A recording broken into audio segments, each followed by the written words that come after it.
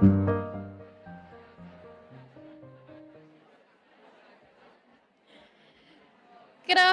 afternoon, everyone.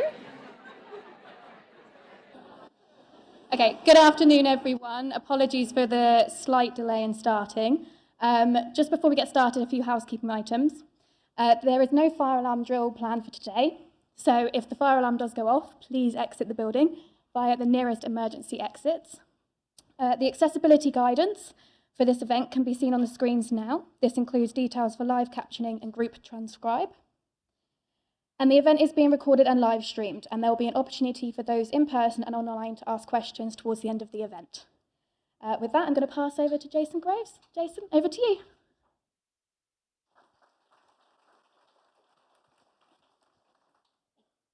Great, thank you very much, and welcome everyone to today's event, Shatter Silence, Seize Success, Provoking Progress on International Women's Day.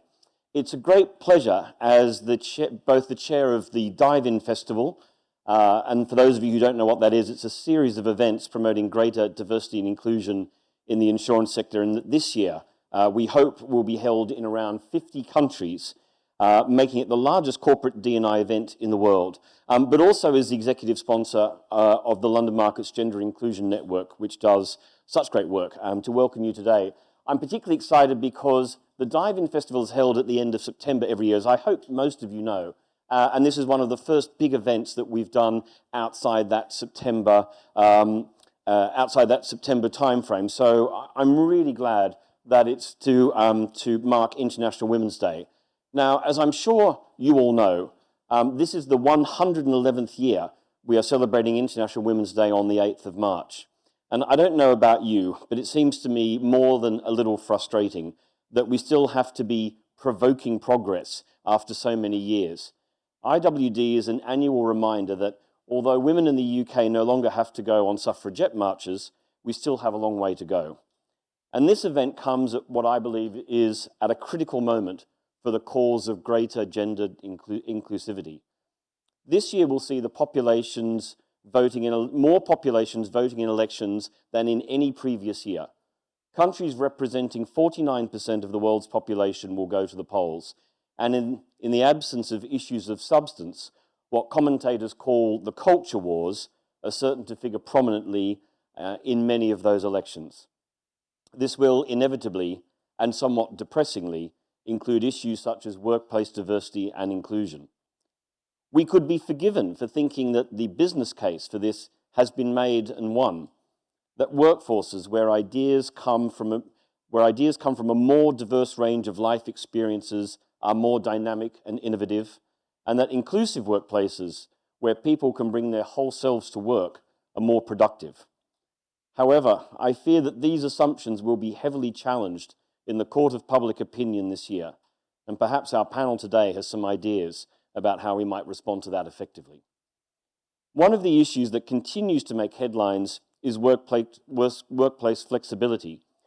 Just when we thought that the productivity we saw during the pandemic had put to bed forever the notion that only workers who are at their desks from early in the morning till 5 p.m. all 5 days of the week can be effective, we see many firms, and I saw the word in the Financial Times this morning, aspiring to have workers return to their desks full time. And there are many well-known firms who are already moving in that direction. And that, I believe, is a challenge and issue that we need to talk about. New research from Moody's ahead of International Women's Day this year shows that the narrowing of the gender employment gap since 2019 has added $1.5 trillion to the global economy. Now, this has largely been driven by three factors, not all of them positive. While tighter labour markets have led to higher wages, cost of living concerns are also driving many women to work.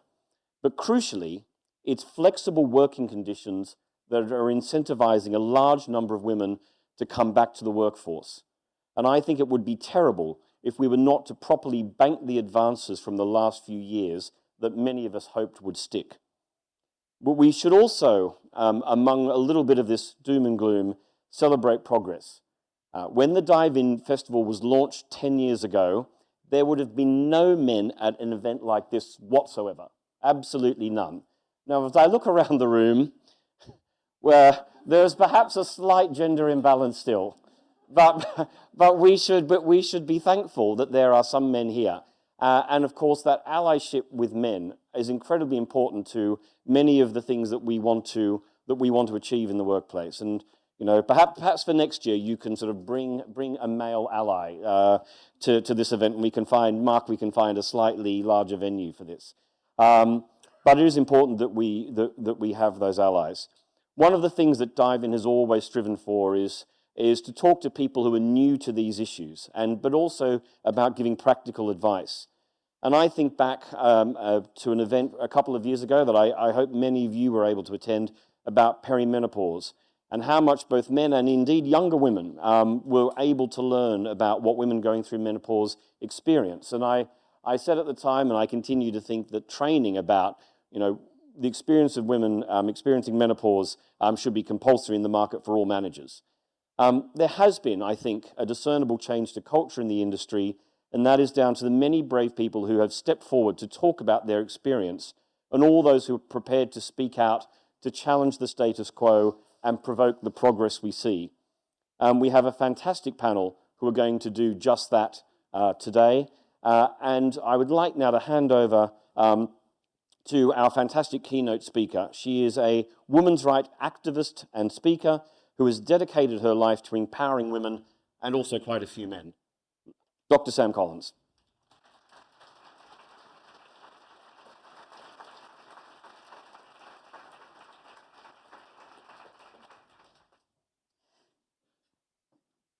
So I have a couple of feminist moves to talk about.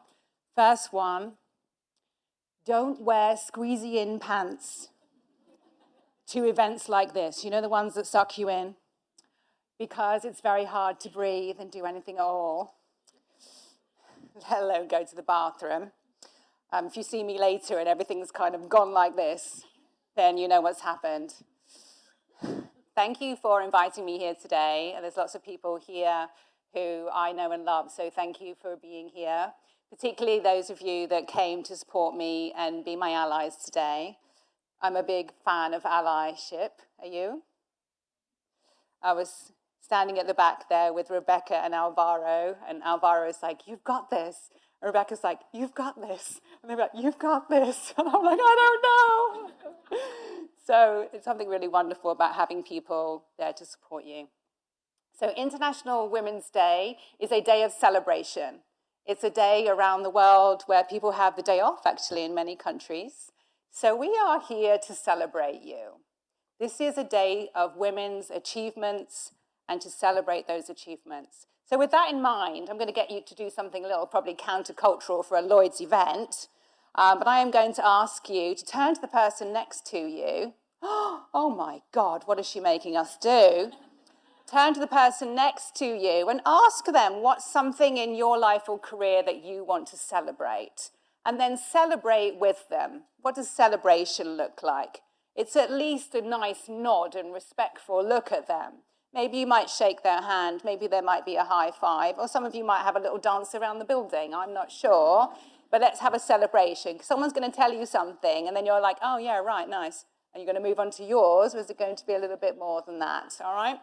So just to get us into the mood of celebrating International Women's Day, turn to the person next to you, ask them what's something that you want to celebrate about your life and career. And if they think, I don't know, there's nothing, it's just awful, find something. You know, I don't know that you really need me. You're just doing so great without me. And I know that some of you, the sandwiches thing, some of you still waiting for food, so well done for being so enthusiastic on the wait for lunch. So a bit about me. I have all my life been called a difficult person. A difficult woman, actually. A difficult child. And now a difficult parent. Anyone relate? And I love being difficult. Good, who said same? I've been told I'm too difficult, too rebellious, too emotional, too much, too hard, too soft, too tall, too fat, too white, too everything. You know what I like to say? To whom am I two of those things? As a child, I was very passionate about fairness and continue to be today. When I was at school, we had a choice of doing cooking or metalwork. And I was doing cooking at home. My mum was a stay-at-home mum, so I could do cooking at home. And I quite fancied one of the boys in the metalwork class, and also I thought it wasn't very fair. So I asked to do metalwork. So I thought, why not? We want to do things that, require us to learn. So I asked to do metalwork, and the teacher said no. Female teacher said, no, that's not what girls do. And I said, why? Which is kind of funny, because now I've got 3 teenagers that say why all the time, and I understand how annoying it is, but she said, this is not the way we do it. And I continued to ask why, and she said, we need to call your parents. And I remember being at home, and this was back in the day where there were phones that were attached to walls. Do you remember that? Some of you will. And it would ring, and then it would ring, and it would be a big occasion. The phone's ringing. And then someone would go over, it was normally my mom, and she would pick up the phone, and she would say, 547-595. Remember that? Younger people are like, what the fuck is going on? Anyway, she did what she did a number of times is she heard this conversation and she deferred it to my dad. My dad came on the phone and I heard him say, she's just like that. That's how she is, and there's nothing you can do about it. And she will keep going on at you until you let her in the metalwork class. I have experienced this myself. So I suggest that you let her into metalwork. And I did. I went into metalwork. I mean, I wasn't very good at it, and the boy was not really my cup of tea, but I was proud of myself, and I felt different, not like everyone else, but I thought I like doing some of these things, even if I'm not very good at it. So I grew up with this wonderful, wonderful stay-at-home mum who dedicated her life to making sure that me and my sister got everything we needed. She did her best. We lived in a council estate, and I wouldn't tell her when I needed things because it was hard on the money. So I was telling my son recently, I used to walk around with shoes with holes in. And he'd be like, I don't care. It was like 27 things of shoes. And when I was 13, though, my mom went to work. She went to work. And I was so impressed. She went to work in a finance department in a kitchen company. When you have, you know what I mean. You get a new kitchen in your house. And she was working, and she did very well. And then she got another job in finance in a mortgage company, and she started to work her way up. And this was so impressive to me as a young woman, seeing my mom working. And, she used to say things to me like, I'm not spending as much time with you. And I would say, I don't mind. I love seeing you in your power suits. I loved seeing her so confident. And she would come home and tell me stories about the dinners that she'd been at and things that she's done. And so, I think I learned at an early age, it's a bit of a myth that our kids need us there all the time. They want us there for that quality time. And I loved that with her. In fact, my very first business, because I'm an entrepreneur, was at 14, when I couldn't get a job, because you have to be 16 in this country to get a job. Or is that still the same? For a Saturday job, you have to be 16. And so I started to iron my mum's power suit, because she couldn't afford dry cleaning. And then I realized, gap in the market here. And I started to iron other women's suits in the council estate, £3 a basket. I would do 2-3 baskets on a Saturday. Lovely. So I learned very early on about making sure that we do things that meet people's needs. I understood what it was like being a working woman at a very early age, and I had this role model of a mother who was doing that. Unfortunately, though, my father, who is wonderful in many, many ways, but also very traditional in a number of ways. We have long conversations about this even to this day. He was finding it increasingly difficult to not have his dinner on the table. He was finding it increasingly difficult having a wife who was earning more money than him. He was feeling challenged by that. Eventually, their marriage broke down. My mother got into an extreme amount of debt. And finally, after some period of mental illness, she took her own life. I say this to you because I never would have done what I am doing now without that happening. And I say this to you because it gave me great purpose. And also that it enabled me to maybe take a bit of a different path to some of the other friends I had at that age. It may sound so strange to say it, but in some ways I'm grateful that that's the path that I've taken, because I'm able to understand so much better about the needs of us women. What do we need? Where are we going? What are our aspirations? And how can our male allies really, really support us?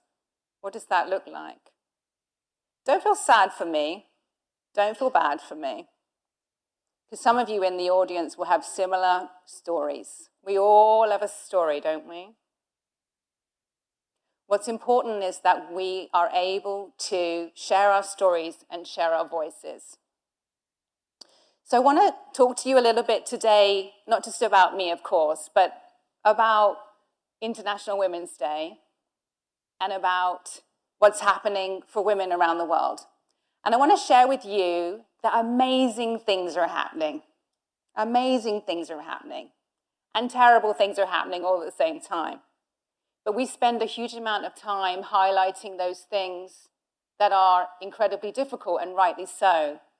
But it's also important, I think, to highlight that there are many, many good things happening around the world, and that everyone in this room, all of us, is extraordinary. That we are all change makers. That we can all do things that will impact our own lives, our sisters, our mothers, our families, our teams, our organizations. Many of you here are incredibly powerful, even if you perhaps don't realize it quite yet. So whatever age or stage you are, I invite you today to be an extraordinary change maker. Turn to a different person that you haven't even looked at yet. They're maybe behind you, but they've got some really cool shoes on that you like. And say, I'm an extraordinary change maker. Go on, just for me. Go on, you can do it, and then we'll get into the meat. I'm an extraordinary change maker. So I believe it was mentioned by Jason that there isn't a need for suffragette marches anymore. And I might beg to differ. I am very inspired by the suffragettes. And in fact, I stand here today in suffragette colours. The white is purity and transparency. My purple lips, if you can see them, or violet, is for dignity. And the green of my eyeshadow is for hope. And for the first time today ever, because I was a little bit nervous about this event, I had my makeup done and asked for those colours. And she was like, really? Are you sure? And I was like, yeah. And when I explained those colours to her, she understood. The green, the white, the violet give women votes. International days are occasions to recognise and educate us on issues of concern, to mobilise us to address organisational and global problems, and to celebrate the achievements of humanity. The themes of International Women's Day, these days are connected to international peace and security, the promotion of sustainable development, the protection of human rights, and the guarantee of law and humanitarian action. Imagine a world where there is true equality. Could you imagine that for a moment? The ability to be authentic and kind, the ability to be yourself, to not have to feel like you have to wear a certain thing, look a certain way, do something a certain way, adapt your style, depending on who's in the room. Imagine that for your family, for your teams, for your organization, for this industry.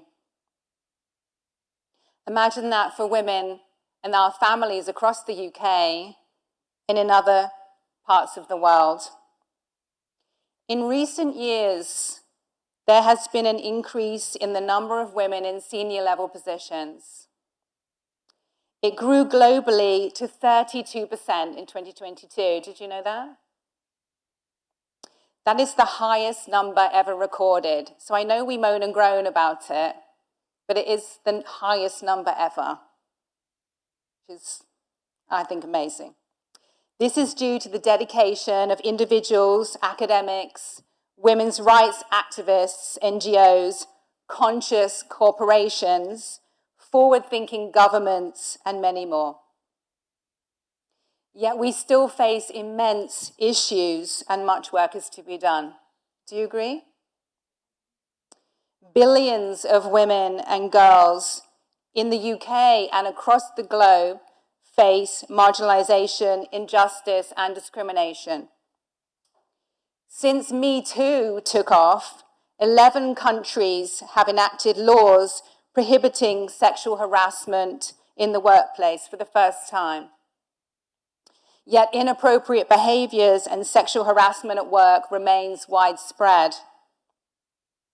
Many countries have no law and no way that they ask employers to take any steps to prevent it.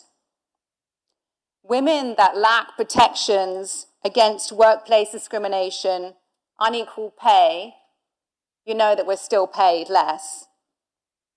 If you don't, then let's change that. Sexual harassment and intersectional discrimination. Women who face these obstacles are less likely to reach leadership positions. We are seeing a growing number of women and men advocating for change. Raise your hand if you are an advocate for change.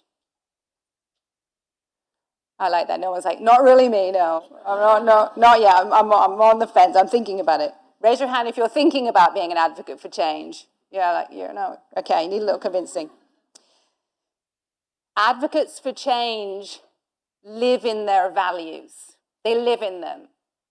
They don't just talk about them or say it's all really too hard. They live in them. And living in your values is not always easy. They live in values of integrity, courage, accountability, and transparency. We are seeing this coming from empowerment platforms like the Lloyd Speak Up campaign.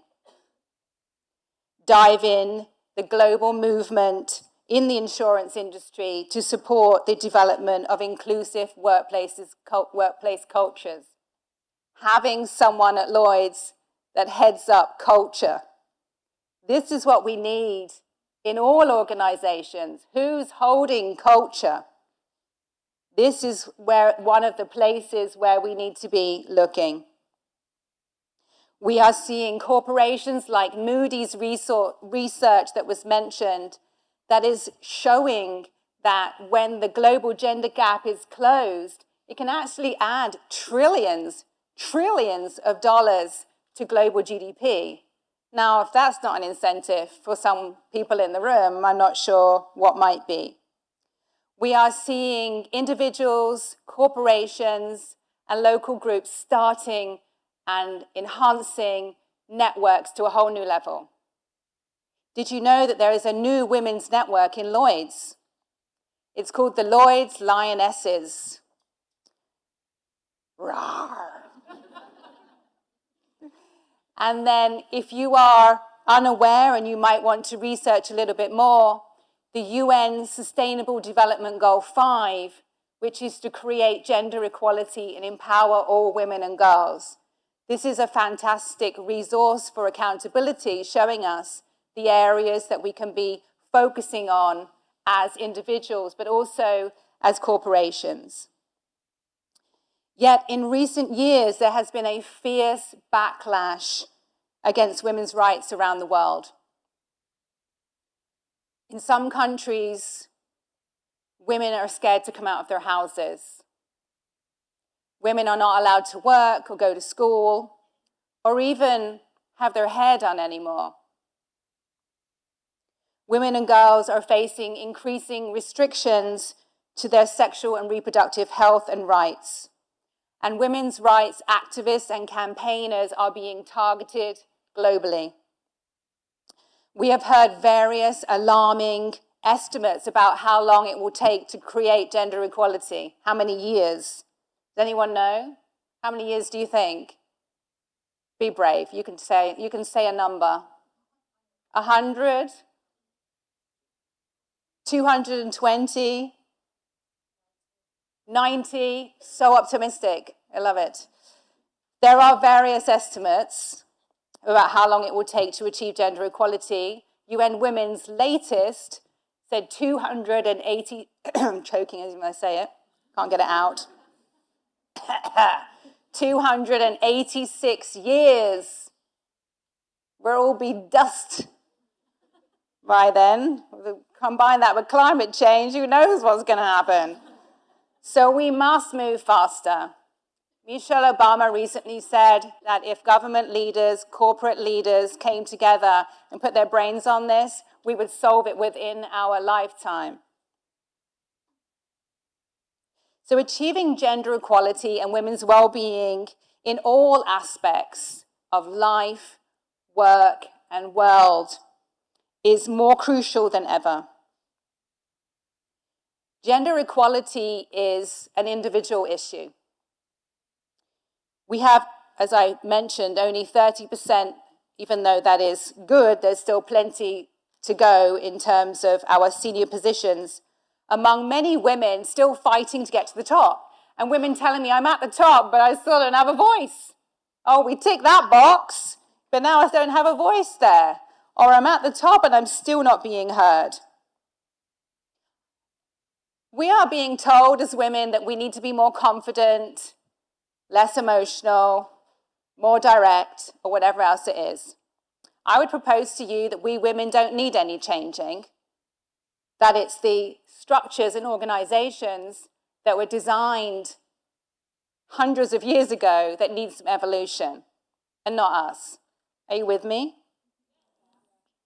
Some people are like, who brought her here?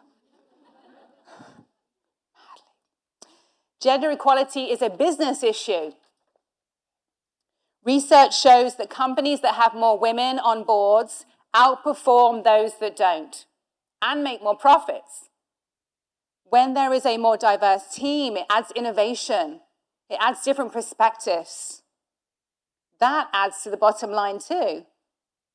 We start to see women involved in different types of decision making, bringing things into play that maybe were not there before. We even see an improvement in corporate governance when we have more women on the boards. Women represent a significant economic force and a positive consumer insight. Now, if any of you like spending money, then this will be no surprise, but women's spending power is $31 trillion. And we like to spend. Additionally, predictions state that by 2028, women will own 75% of the discretionary spend in households. So, you know, sometimes our partners think they're making the decisions, but it's really us at the end of the day that are deciding what happens. My husband's always like, I've decided, but you decide really. I think I've decided. I just want to run it past you. Global and gender equality is a social issue. So unacceptable behaviour, at work and violence against women is on the rise, at home, at work, on the streets.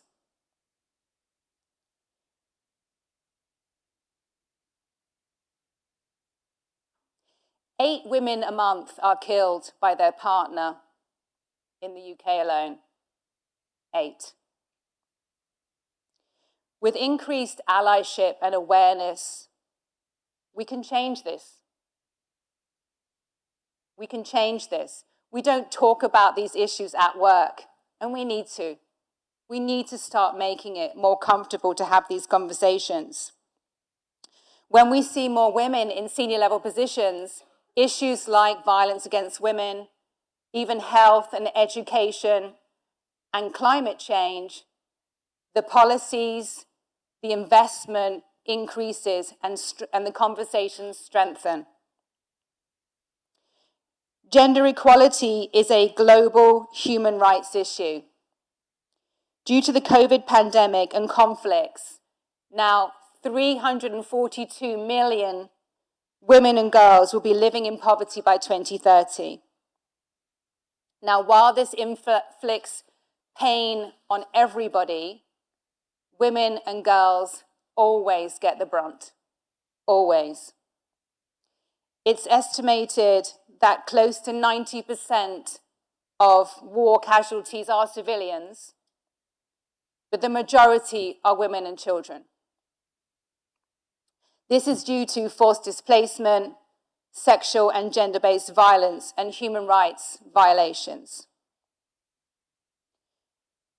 Research also shows us that restrictive gender norms impact everyone. They hurt everyone, with consequences that begin before we're even born. And they shape our experiences, our education, our self-care, our mental health, our parenting, and our work progression and career opportunities.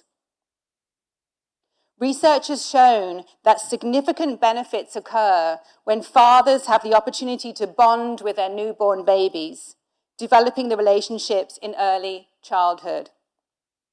So sex discrimination hurts men as well as women.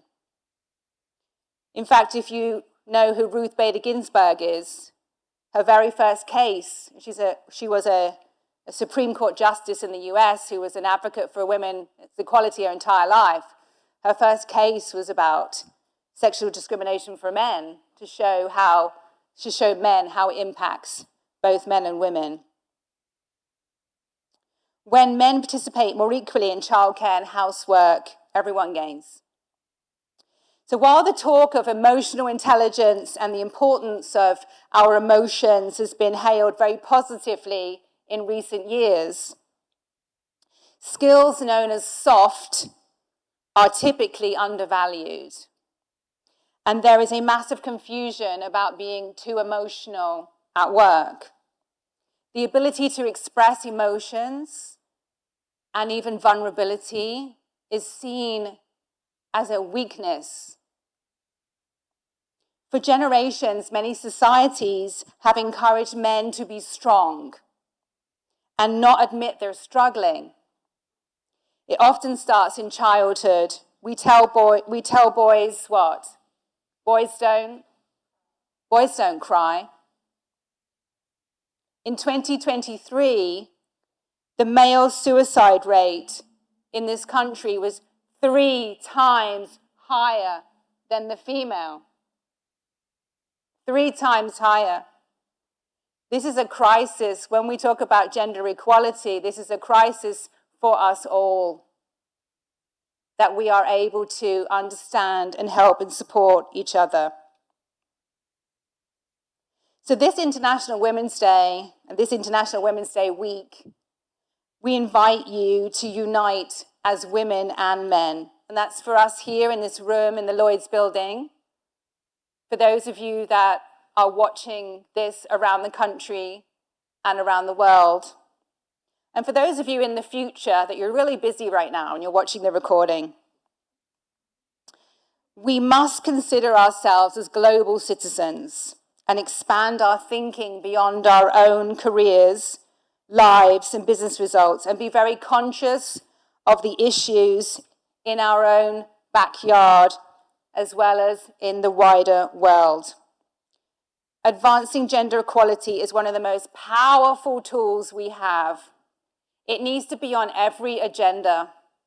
If we integrate it into our business decision making, into our meetings, into our day-to-day, into our to-do lists, into how we do things, things will shift, and they will shift fast. What we do or don't do now will span generations. Anyone in here have children? Or know children? Know of them, like they exist? Right. So, I know that they can be a little bit irritating sometimes. I said to my son this morning, I'm doing this talk at Lloyd's today. It's one of the bigger talks of my career. Any advice, Jake? And he said, no. And I was like, come on, Jake, give me something. And he was like, do your best. And I was like, oh, that's great, Jake. Thank you.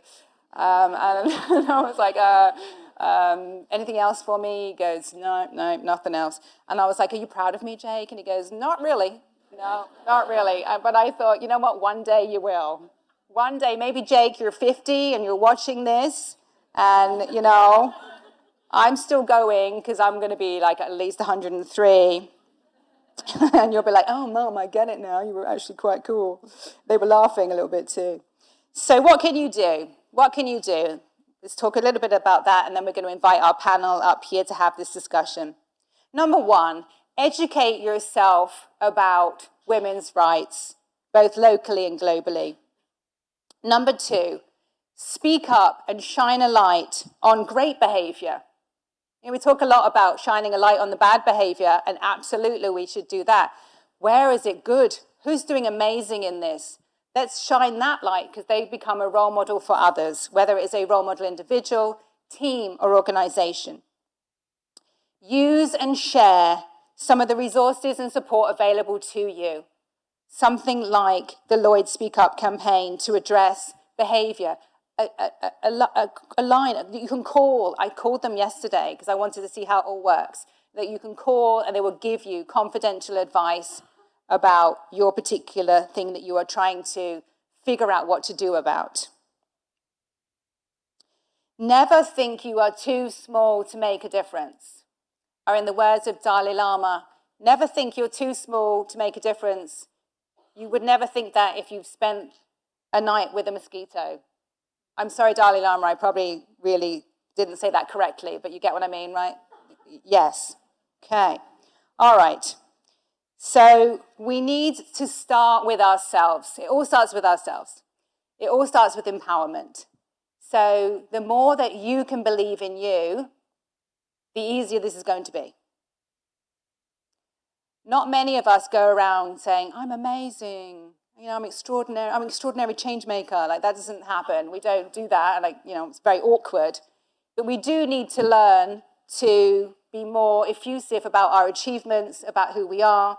Because if we can't do it, how can we expect others to? And to be able to do that for others as well. I encourage you to have courage over comfort. Even if you're unsure. Even if you speak up and nothing happens. Even if you speak up and there's a consequence. Even if you speak up and you're waiting for a response and you don't get it exactly when you would like it. Even if you don't get the recognition that you deserve. We must prioritize our voice. We must. And if I can stand up here in front of you, young woman who was annoying at school, grew up on a council estate, had a pretty rough teenage years, and can say, it's all about empowerment. I'm an introvert.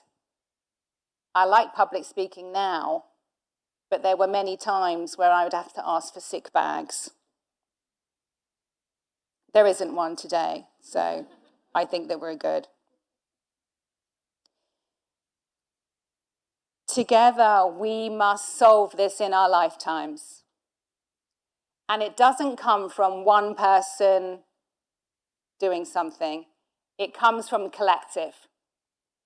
What can we do as a collective within the insurance industry, within your companies, within your teams, within your families, but most importantly, within your mind? We have over 70,000 thoughts per day. And if you're walking around going, I'm not very good, it's never going to work, it's all a bit hard, do you know we repeat 95% of them the next day? So the more that you can empower yourself and involve yourself and educate yourself and have different perspectives, the easier that will be. I think if Emmeline Pankhurst were here, she would say it's all about the collective, Sam. She would say in our meetings, we would encourage people to do things collectively. And she would say, it's not about the policies and the government leaders necessarily. It's about women every day making changes. I'm not doing the washing today. I'm going to leave work earlier today. I'm going to prioritize my self-care tomorrow. I'm going to speak up about this person who's doing something that's inappropriate. When we do that en masse, that's how policies change. That's how governments start taking notice on what we're doing. So I encourage you to think about what's something that you could do. So thank you very much for listening to me today. I'm going to invite our panel up, but before I do that, I would like you to find a different person, because it's also like a chance to network a bit, isn't it? Find a different person and say, what did you take away from that? And they'll be like, I don't know. Oh, it's good. I heard something. Whatever it was, find a different person and see what they took away from that speech today, whilst we invite our panel up.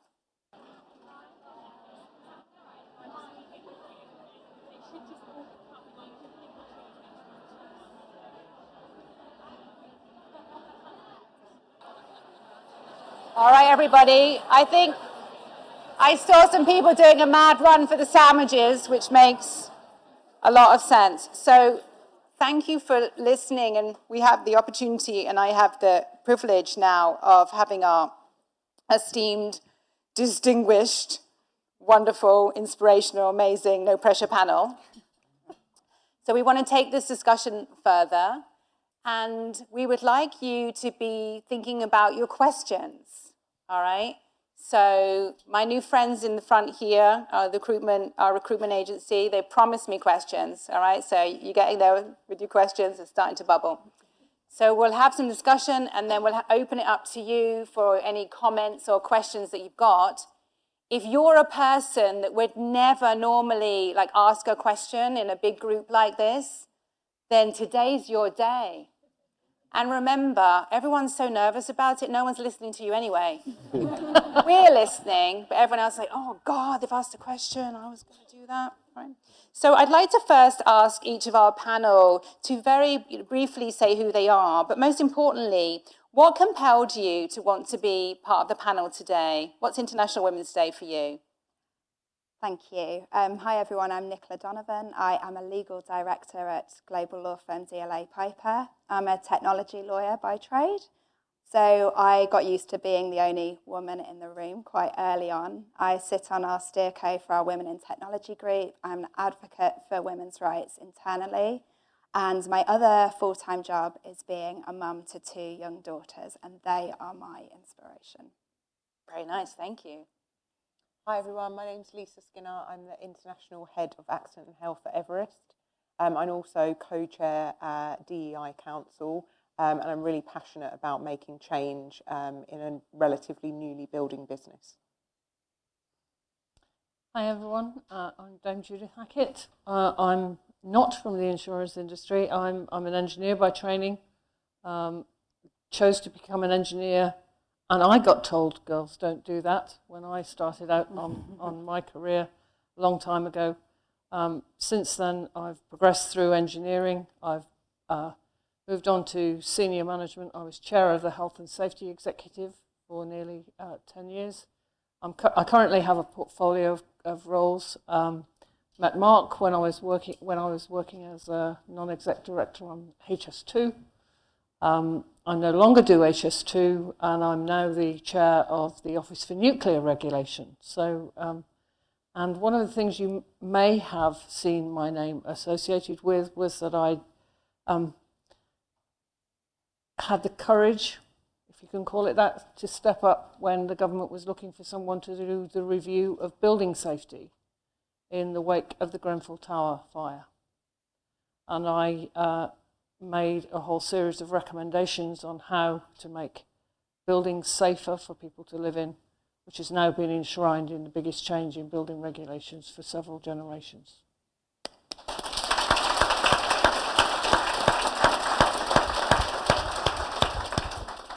Hi, I'm Mark. I'm head of culture here at Lloyd's. My team has a real kind of hand in putting on Dive In, which I like to describe as kind of the Glastonbury for D&I and the insurance sector. And why this event for me particularly? Number one, I grew up with a single mum who my friends still call the Dungeon Master. You can see why I'm so relaxed about things. And I think collectively over the last number of years, the Lloyd's market has worked really, really hard on improving the culture, improving women in leadership. And we've published some results today, which I think do show that collective action does lead to change. So that's why I'm here today. Yeah, good afternoon, everyone. I'm Ian Gormley. I'm the UK CEO of BMS, which is a specialist insurance and reinsurance broker here in the London market. I'm here today, primarily, I started in the market in 1997. So whilst there were some darker days before that in terms of, it's still seen a huge amount of change. And I find that really positive. And I haven't had an epiphany at any point in my career, but there just becomes a slow realization of an inequality and a lack of awareness, a lack of understanding and empathy sometimes in the male colleagues that is just actually, when you play it back in your mind, is just entirely shocking, right? In terms of whether it's behaviour or just general apathy to the situation and to the inequality. And we've got an incredible gender network team at BMS who've been incredibly supportive. And what resonated with me today is the change maker, that these things don't change unless we stand up and we listen and work together. Love that. I mean, I love having such phenomenal role model women here. And then when there's great men, I'm like, yes, it's good. All right, we need to all be working on this. Do you not think? What do we need to do to have more? We said there's more men here, but more men, not just allies, but active change makers. What do we need to do? What do we need to do as women to help with that too, as well as what, for you? I'm looking at Mark and Ian. Sure. What do we need? I think, like a lot of things with inequality, it starts with understanding that actually it's not women's job to make the change, and that kind of collective action is really important. And then I think that starts with an expectation that's set. A lot of time that's set in leadership, but you can set it in your own team. And I think that expectation is really, really important. And I think in my experience, what I found is even those that maybe reluctantly come to kind of the diversity table, eventually after a little while turn around and go, actually, this is really working and it's really worth it. So I think for me, we talked to, I think Jason said, bring a +1 next time. That would be great if everyone went back to their organizations and said, yeah, actually, I expect you to come with us next time. And I think that would be a really good start because education is fundamental to moving the dial. Yeah, I would agree with that completely. We have similar events, BMS lunch and learns or after work events, and it took a while to tell the male colleagues you are invited as well, right? There isn't an assumption because it's a gender equity network that you're not invited or you should be precluded. And I think it's been really interesting to see the dramatic change in attendance at some of the events that we put on, and particularly in a younger generation, which I find really encouraging. 20-somethings, 30-somethings who are coming to listen and participate, and I think that's cool. You just got to repeat the message and get them thinking. I love the +1 idea. Anyone up for that? Depends on the +1. Even the suffragettes were incredibly supported by their male allies. I was wondering about that. And they had their own group, Do you know what it was called? Anyone? The suffragettes. Start our own suffragettes group. So Moody's done this latest piece of research that closing the gender gap will add trillions to the economy. What do we need to be doing to close that gap? I've got some thoughts I could share. I think it was Jason that picked up on what we've seen in the press recently about certain organisations backtracking on their working from home policies. And every time I see one of those headlines, it fills me with dread, if I'm honest, because that is such an enabler for women to be in these senior leadership roles, which are extremely demanding. I have no doubt that without the changes that we've seen in the last few years, I would not be able to do the job that I do today. So for me, that is particularly important. So we're adding the rollback that's happened during COVID. Is maybe taking back hold of some of that again and really thinking about flexible working again? Absolutely, and it's not just important for women to be able to adopt that hybrid approach. And I think we can all recognise the benefits of being in the office as well. So I'm a huge advocate for hybrid working. But actually, for men to have the odd day working from home is hugely beneficial as well, not just for them personally, but again, having that knock-on positive impact on women. I love that. I'm remembering right at the start when you introduced yourself and you said, my girls are my world. So to be able to have that balance is key for you and many other women. Absolutely, and for my husband as well, actually. And what do we need to do? We've been talking here today as well about sort of inappropriate behaviour. What do we need to do to sort of change some of these ingrained stereotypes that there are within some of our organisations? I think we need to have better communication for some of it. Everything comes down to communication. We talk about leading from the top and having that small network of people that you can rely on, but also communicating to broader groups about what you're doing and how you're empowering the women and how people are being promoted within for such I think it really helps to communicate that better to the broader groups in the company so that everybody can see that what we're doing from a leadership perspective for women. And what are some of the things that you have been doing as organisations or as individuals to empower and inspire women to want to be in leadership positions and to reach those kind of levels? Something we've certainly done, your point about culture, and I think it's great that Lloyd's as a head of culture, who is holding culture, and an element of work that we did and our Human Resources Department is we regularly have culture surveys, as I'm sure many organisations do, but there were a slight disparity in the statistics around male, female, around feeling comfortable at speaking up, to your earlier point. And we drilled down into that further with an organisation coming in and having anonymous interviews and then asking and drilling into that, what's under the surface of that data. Because it's really important. You can look at the data and broadly think, oh no, we're doing an amazing job as a business. But if there's just a tiny signal, it's worth exploring. And we found it was genuinely insightful because there was clearly an underlying, there were some underlying challenges within the business that we had to listen to. And when we taped those conversations and played it back to many of the senior management within the business, it was a bit of a light bulb moment. Not a bit of, it was a light bulb moment of understanding and suddenly having that empathy when you hear an actor's voice play over some of those comments and realizing, actually, we're not perfect. We need to change the tone. We need to encourage people to speak up. We need to engage people. And I think once you get that culture and foster that people are comfortable being themselves and being able to call out better behaviour, you instill a confidence that they can then promote themselves. They can go for the leadership roles. They can take on more responsibility and and trust the working environment in the management that they will support them in doing so. Does that make sense? And Dame Judith, you've had this phenomenal career and to continue to do so, where you have spoken up and spoken out. Yeah.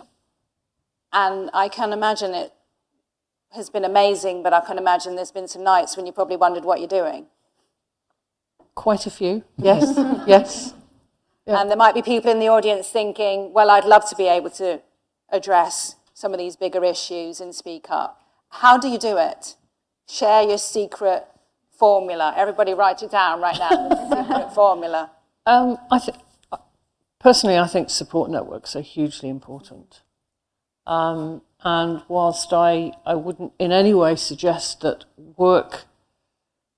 that those support networks in work are not important, what's also been important to me throughout my career are external support networks, where you can step away from the workplace and talk to someone from outside who is dispassionate about it, and who can return your sanity to you and say, yes, you are okay, yes, you are doing the right thing, because they look at it from the outside, not the inside. And I think that's always been really important to me, to have that external support, very often from my husband, but also from other people outside of work, as well as the support networks you build within the workplace.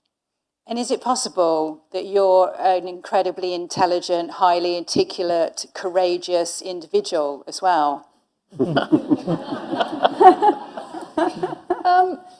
Yes, I am, and I'm very determined, and I'm also, the worst thing that anyone can ever do to me is to tell me I can't do something, because I will then immediately say, really? I think I probably can. You can't be Prime Minister. I know I could do a better job. And from two women who have reached senior level positions, what's your secrets to success? Share with us what's worked, where you may have felt like you weren't going to make it and felt like it was going to be too hard, but you have overcome that, because a lot of people here will be thinking about what's the how-to. I think you have to have self-belief, because if you don't believe that you can do something, you're never going to do it. And that's quite a difficult thing to overcome for some people. But having that self-belief and confidence that you can get there.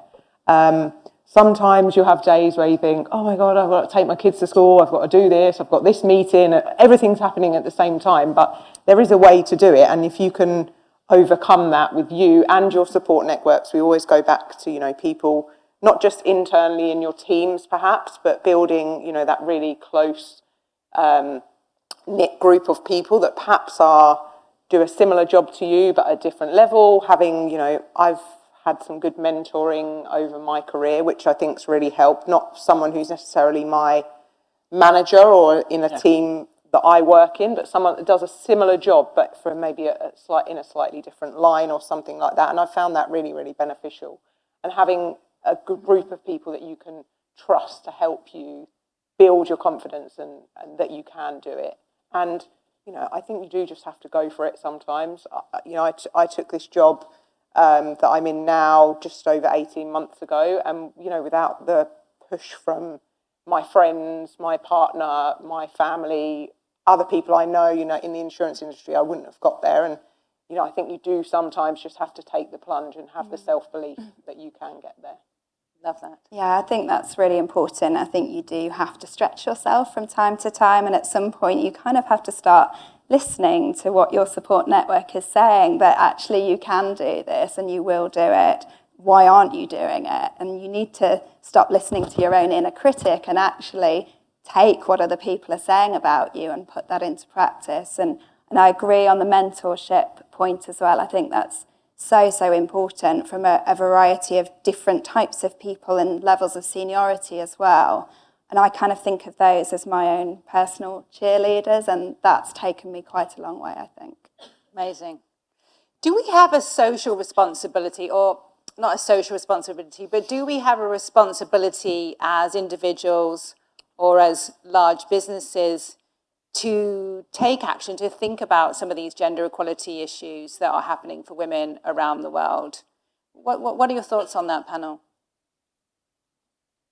Well, I'll start from Lloyd's market perspective. I think the easy answer to that is yes.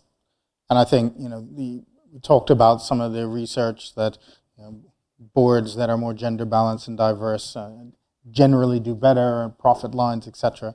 But I think what's unique kind of about Lloyd's is how Lloyd's changes over the years. So, we respond with different insurance products and solutions to how society changes.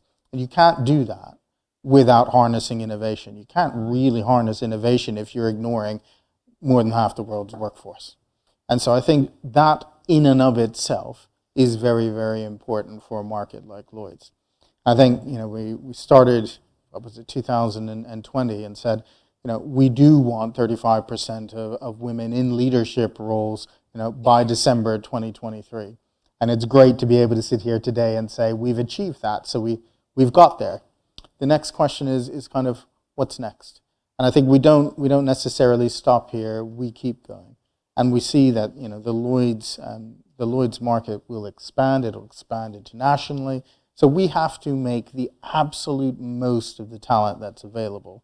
And I think that expectation, when you see women in leadership, you have a different conversation around the board. You set a different expectation around gender equality. And we can see, bit by bit by bit, we can see the culture is improving, inclusion is improving, organizations are improving. And I don't think it's a mistake that that's happening at the same time as gender equality is improving. So I think for me, someone taught me the phrase the other day, enlightened self-interest. It is in the best business interests of the market as a whole to keep its eye on gender equality and keep pushing forward. And of course, therefore, it's in the interests of all the individuals that work in the market. You were going to say something, Judith? I think it's about connecting with our purpose, whatever organisation we work in. What is the purpose of the organisation? And ultimately, for all of us, it comes down to serving the needs of society. And if we're there to meet society's needs in whatever way, that has to be everyone. And that means the organisation has to reflect the people we serve. And that, for me, is a really powerful reflection of how can we possibly deliver what we're here to do unless we reflect back to that outside world, the same demographic. And we're having a moment on this, aren't we? Mm-hmm. I think that the understanding from you as a panel, your business imperative combined with the social imperative as well is wonderful to hear, isn't it? We are very driven by both. If there was something that you wanted this audience today to walk away with as a thought or a feeling, a tip or an inspiration, and you would just love it that as everyone was walking out, after the run for the sandwiches has happened and everyone's walking out, what would you really want them to be thinking or feeling? Let me ask the whole panel. Just don't take no for an answer. I hear no so often. There's usually another way around. So just go out and find it and do that with the support of your team around you. Very nice, thank you. I would say push yourself outside of your comfort zone because you don't get there unless you do that. And again, going back to that self-belief and confidence, if you push yourself outside your comfort zone, you will get there. Thank you. I think the message I would give is value your own difference and your own perspective. The day I think I started to feel much more confident in the environment I worked in was when I recognised that I think differently and I see the world differently, and I've got a job to do to share my perspective with everyone else. I think my message would be take as much advantage as you can of all the things that are on offer for our talented women across the market, whether that's our development programs, accredited management training, the advice line if you're seeing inappropriate behavior. There are lots of opportunities for you to get the most out of being in this market, and I would just encourage everyone to do that. Yeah, I mean, all phenomenal comments. I mean, any meaningful and important change that we've, as a society, delivered in history has taken the actions of multiple people believing in themselves and working together in a whole variety of ways to enact that change. And whether, you know, history is littered with huge amounts of success. So I think we should be really positive. And I agree that 280 years is way too long. And you know, I don't see why we can't solve that in our lifetimes. I think that would be phenomenal. Next week. Yeah, sorry. We've got this. Round of applause for our panel, please.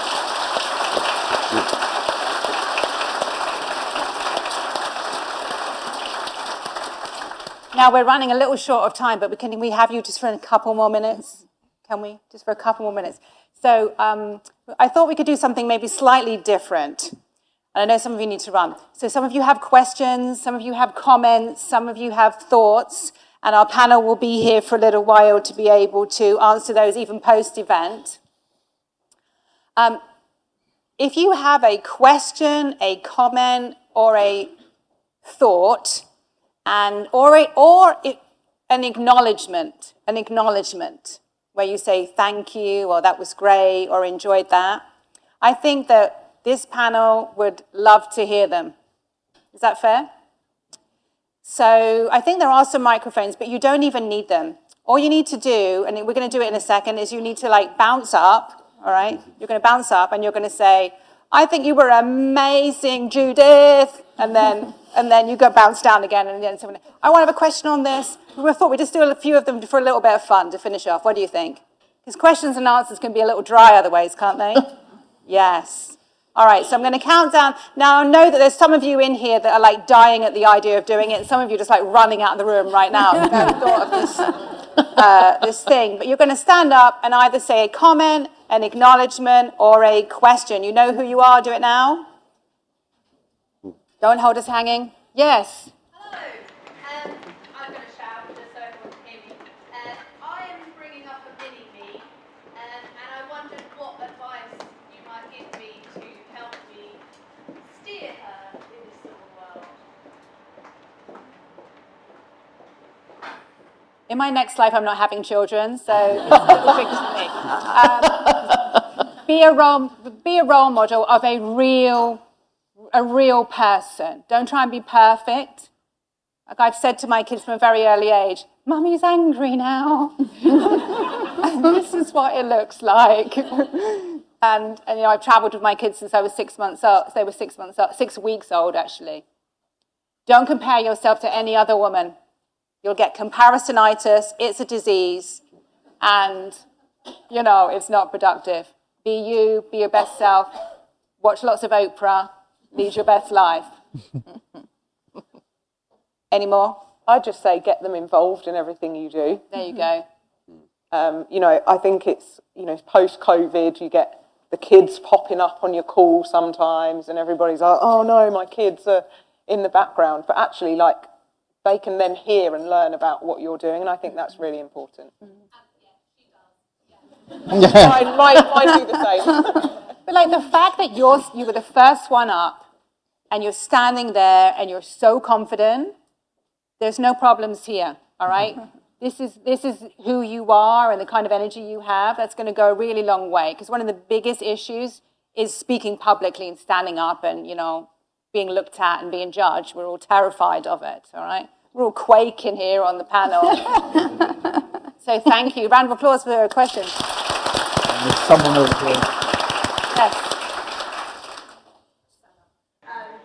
Got a thought and then leading into a question. So going back to what you said about bringing self-women's spirit about that, because I think working in personal life should be a little bit different, and finding gender and social inequality in personal life is very easy, right? Like I had an ex who was a divisional like couldn't figure out the washing machine. You know, connected to 3 buttons, you're very smart, right? So you can figure it out. Didn't speak to my dad for 3 months because he said there's something wrong with gay people. So in your personal life, you can be that person, right?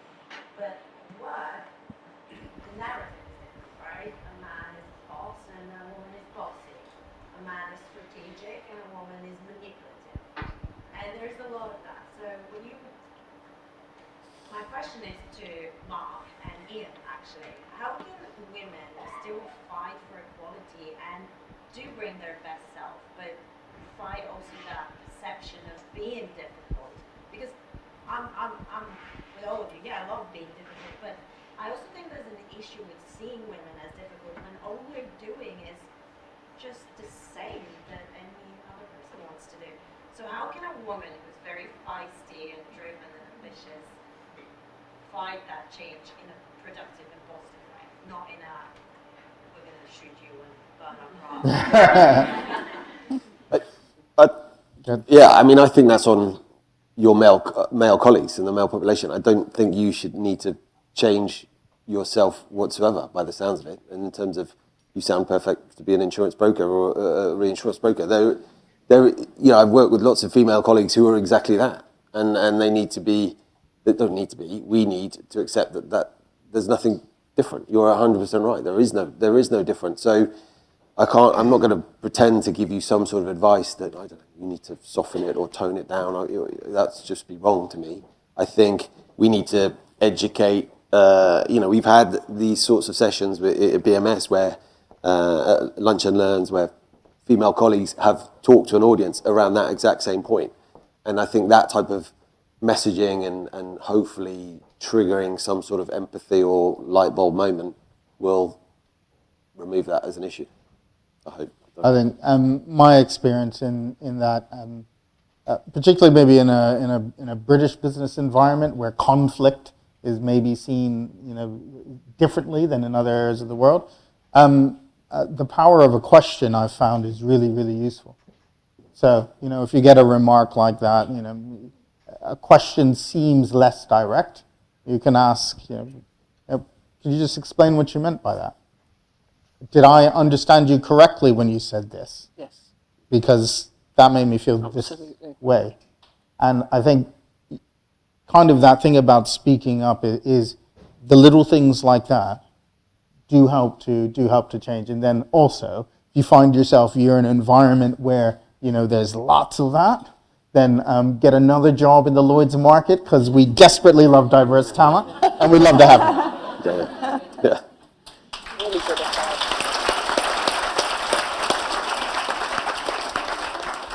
Hello, fantastic panel, thank you so much. I guess quite a broad question. Oh, sorry. Quite a broad question, but what do you think some of the barriers to entry are for the market, and how do you think we can start to overcome them? As someone who actually recruits directly for the market, what would be your advice for us to pass on to women and everyone, really?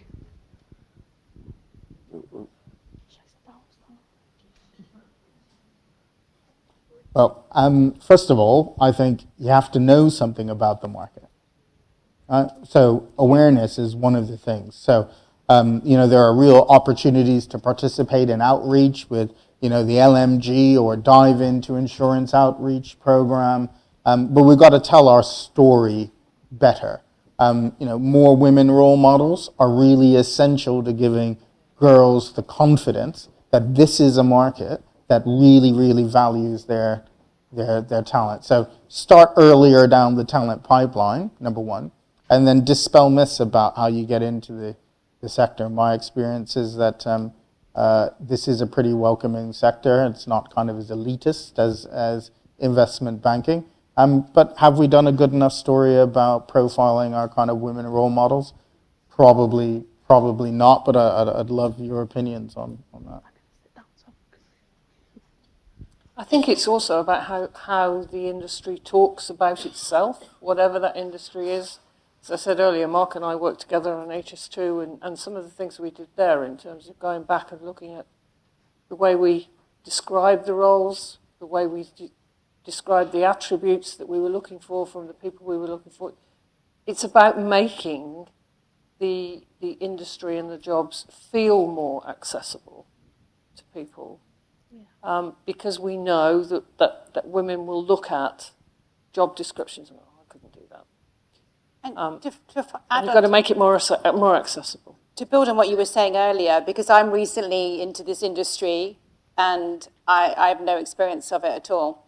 What really caught me was the purpose, understanding the purpose.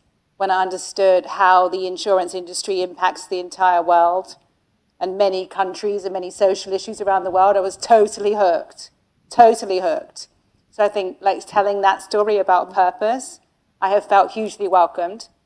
And I have found it to be actually helpful not knowing anything about the industry in some areas, because I can ask those kind of questions. All right, so keep doing what you're doing. I know you're doing an amazing job. Thank you, everybody. We will stay here. I know we got the times up at the back. We will stay here for you if you have any more questions. And I'd like to invite back Jason to finish off with some closing remarks.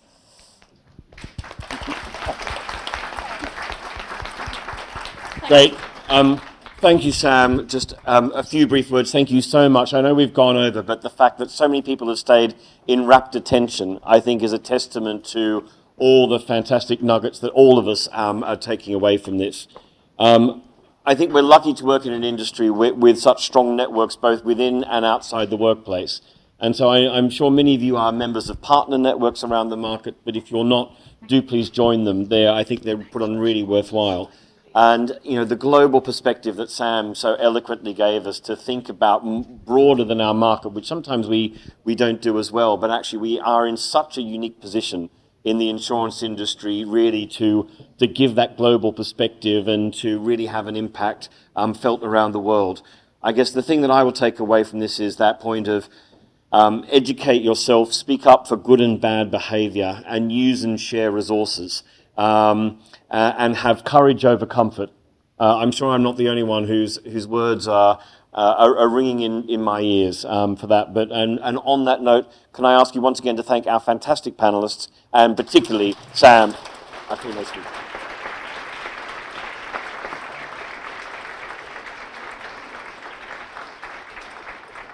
Thank you very much.